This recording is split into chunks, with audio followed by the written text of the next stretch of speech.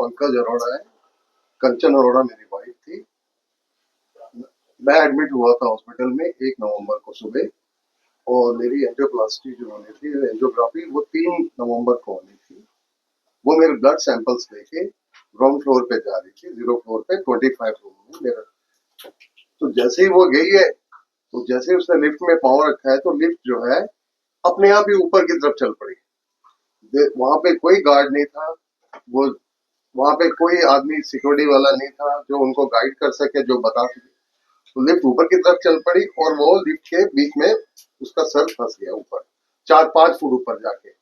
जैसा कि मैम आपको फोटो दिखाएंगे, फोटो में लिखा हुआ है, फोटो में आप क्लियरली देख सकोगे कि वो 5 फुट ऊपर जाके उसका सर ऊपर का हिस्सा जो है फंस गया है। ये देखो इस तरीके से फंसी हुई थी। और उसके बाद वो अनकॉन्शियसनेस हो गई है। मुझे तो बाद में, मेरे को तो मिलने ही नहीं दिया। मेरे को तो बाद में पता लगा, काफी देर के बाद पता लगा कि वो उसको ऐसे हो गया। वो उसको उसके बाद 45 मिनट सीपीआर दिया गया है, सीसीयू में ले जाके, और उसके बाद उसका जब सीपीआर से वो थोड़ी रिवाइव हुई, उसकी दिल की धड़कन, तो उसको आईसीयू में शिफ्ट किया। और 6 दिन लगातार वो लड़ने के बाद अपने जान गंवा बैठी। और इसमें यह है कि हॉस्पिटल अथॉरिटीज जो है, सुपर स्पेशलिटी हॉस्पिटल, वो लोग फेक न्यूज दे रहे हैं। हमें ये कॉन्फ्रेंस करने की कोई जरूरत नहीं थी। क्या फेक न्यूज दे रहे हैं? दे आर गिविंग के वो उसको मल्टीपल इंजुरी थी, वो फेंट होके गिर पड़ी। तो फेंट होके गिर तो नीचे गिरती ना, लिफ्ट नीचे जानी थी, ऊपर कैसे चलेगी? अगर वहां गार्ड था तो वो कर क्या रहा था? अगर गार्ड अंदर था कि बाहर था? बाहर अंदर था तो उसने उसको बचाने की कोशिश क्यों नहीं की? They are actually giving false statements. Fake statements they are giving कि उसको मल्टीपल, उसको प्रॉब्लम थी। आज की डेट में किसको प्रॉब्लम नहीं है? हर 80% people are suffering from diabetic, there are number of problems. तो लेकिन इसका मतलब ये थोड़ा कि वो 5 फुट ऊपर जाके लटक जाएगी लिफ्ट के। लिफ्ट तो ऊपर चल पड़ी ना, जाना नीचे था। वो इस चीज को मान ही नहीं रहे। इंस्टेड ऑफ वो सिंपैथी हमें देने की कि हमें की गलती है, ठीक है, कोई बात नहीं, हमें भी कोई जरूरत नहीं थी ये प्रेस कॉन्फ्रेंस किसी भी लिटिगेशन में जाने की। लेकिन वो इस तरह की स्टेटमेंट, जो कि हमारे गांव में नमक छिड़क रहे हैं वो लोग हमारे ऊपर, मतलब कि वो हमारे से हमदर्दी करने के बजाय वो हमारे ऊपर नमक छिड़क रहे हैं, हमारे गांव के ऊपर। इतना बड़ा लॉस हुआ है। I have lost my life partner. मेरी एक ही बेटी है, छोटी सी है। She lost her mother. Sir, hospital administration ने ये भी कहा है कि लिफ्ट में कोई खराबी नहीं थी। तो वो they show us the CCTV footage ना। Why don't they are not showing their CCTV footage? उनके मेडिकल रिकॉर्ड में it is clearly mentioned, I was there, that she was stuck in the elevator door. She had multiple injuries. उनके right forearm पे injury थी, जो कि बाद में diagnose हुआ it was a fracture, and CPR was initiated for 45 minutes.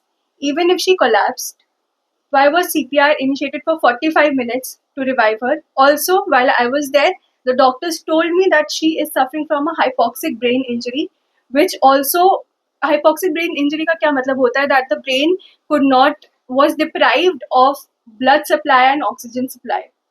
Collapse होने की वजह से उनका ऑक्सीजन सप्लाई, ब्लड सप्लाई इतनी जल्दी बंद कैसे हो गया? And why was she suffering for 6 days in the ICU? तो वो अपने स्टेटमेंट्स को खुद ही कॉन्ट्रडिक्ट कर रहे हैं। Everybody nowadays is suffering from diabetes, that doesn't mean कि वो लिफ्ट में ऐसे फंस जाएंगे। And we have all the evidences. If they think that she fainted there, they should show us the footage. We didn't want to go for any legal proceedings because I just wanted to take my mother home at peace because she suffered a lot in that hospital. But ye false statements are like an insult to her suffering in the hospital and our grief, which I am not okay with. I want proper accountability from the hospital administration, which they are denying. I want justice for my mother. क्या आपको लगता है कि technical error था वहाँ पे lift के अंदर, जो डोर के अंदर सेंसर काम नहीं किया होगा और उसके बाद ही वो स्टक हुई होगी? Yes, बिल्कुल malfunctioning sensors. CPR was initiated for 45 minutes. This is the record of hospital. ये उनका खुद का लेखन, मेरा लिखा हुआ नहीं है, हॉस्पिटल का record. CPR was initiated for 45 minutes. Sir क्या आपने अभी तक कोई कानूनी मदद ली है इस बारे नहीं, में? हमें कोई लिटिगेशन में जाना ही नहीं है। I lost my wife. मेरे को वो बोल रहे थे एफआईआर करवानी है। मेरे को अपनी वाइफ के अच्छा। मैंने एफआईआर करने के लिए पोस्टमार्टम जरूरी है। मैं वाइफ को और तकलीफ नहीं देना चाहता। आई वांट टू गो और लेट हर गो। आप क्या मांग करना चाहते हैं? I want justice. हम चाहते हैं कि अब हॉस्पिटल हमें एक्सेप्ट करे अपनी गलती एक्सेप्ट तो सबसे करो पहले। यार, गलती और हुई है। उसके बाद ये है कि इनको इन्वेस्टिगेशन, प्रॉपर इन्वेस्टिगेशन होनी चाहिए कि लिफ्ट में क्या माल फंक्शनिंग थी, ये चीज। अब मेरे ब्रदर हार्ट पेशेंट है, देखो किस तरह से बोल रही है, तो हमें डर लग रहा है कि ज्यादा कोई ये प्रॉब्लम नहीं देखो ना, होगा। ये वो उसको डायबिटीज थी, लटक गई ऊपर जाके लिफ्ट में। ये देखी ना फोटो, ये हमें उन्होंने नहीं दी है, ये पता नहीं कहीं से हमें आई है। उन्होंने हमें नहीं कुछ दिया, नहीं उन्होंने बताया। कुछ नहीं दिया हमें। बैठ चुके भैया। ये ऊपर जाके लटक गई जाके। क्या यार, ये बेवकूफ बना रहे हैं हमें। They are making fool of us. This is just insensitive and inhumane, human from they their lost part. Humanity.